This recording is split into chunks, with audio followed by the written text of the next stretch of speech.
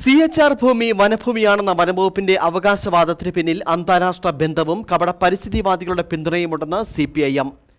CHR ഭൂമി പൂർണ്ണമായും revenue ഭൂമിയാണെന്നും ഈ നിലപാട് തന്നെയാണ് CPM-നും സംസ്ഥാന സർക്കാരിനും ഉള്ളതെന്നും കോടതിയിൽ ഇക്കാര്യങ്ങൾ ഗവൺമെന്റ് വ്യക്തമാക്കുമെന്നും ജില്ലാ കമ്മിറ്റി അംഗം PN വിജയൻ കൂട്ടിച്ചേർത്തു.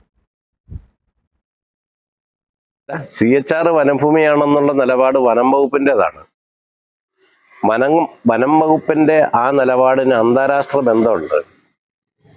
കപട പരിസ്ഥിതി സംഘടനകളുമായി ബന്ധപ്പെട്ടുകൊണ്ടാണ് വനം വകുപ്പ് ഇത്തരം ഒരു വാദം ഉന്നയിക്കുന്നത്. മരങ്ങളുടെ സംരക്ഷണം മാത്രമാണ് വനം വകുപ്പിനുള്ളത്. ഭൂമി റവന്യൂ ഡിപ്പാർട്ട്മെന്റിൻ്റെതാണ്. അങ്ങനെ റവന്യൂ ഡിപ്പാർട്ട്മെന്റിന്റെ ഭൂമി കൈവശം വെച്ച് കൃഷി ചെയ്തു വരുന്ന കർഷകരെ അവിടെ നിന്ന് ഒഴിപ്പിക്കാൻ ഒരു കാരണവശാലും ഗവൺമെന്റ് തയ്യാറാവത്തില്ല. അങ്ങനെ ഒരു നിലപാടുമായി വനംവകുപ്പ് വന്നാൽ അതൊട്ട് സമ്മതിക്കാനും പോകുന്നില്ല. CPM എന്തായാലും അത് സമ്മതിക്കത്തില്ല, LDF സമ്മതിക്കത്തില്ല എന്നുള്ള കാര്യം യാതൊരു തർക്കമില്ലാത്ത കാര്യമാണ്. രാജഭരണകാലത്താണ് കുത്തകപ്പാട്ട വ്യവസ്ഥയിൽ ഏലവും കാപ്പിയും തേയിലയും റബ്ബറും ഒക്കെ കൃഷി ചെയ്യാൻ ഭൂമി കൊടുത്തിട്ടുള്ളത്. ഇടുക്കി ജില്ലയിലെ ഉടുമ്പൻചോല താലൂക്കിലാണ് CHRന്റെ പ്രശ്നം മുഖ്യമായിട്ടുള്ളത്.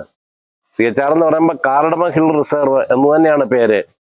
ഏല കൃഷി ചെയ്യാൻ വേണ്ടി പ്രത്യേകമായി റിസർവ് ചെയ്തിട്ടുള്ള ഭൂമി എന്നാണ്.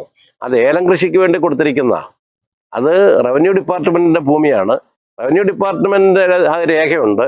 വനം വകുപ്പ് എവിടെ പോയാലും കേരളത്തിലെ സർക്കാർ, പിണറായി സർക്കാർ കൃഷിക്കാരുടെ താല്പര്യങ്ങൾ സംരക്ഷിച്ചുകൊണ്ട് മാത്രമേ ഈ കാര്യത്തിൽ നിലപാട് എടുത്തിട്ടുള്ളൂ. ഇനിയും അത്ര എടുക്കുള്ളൂ.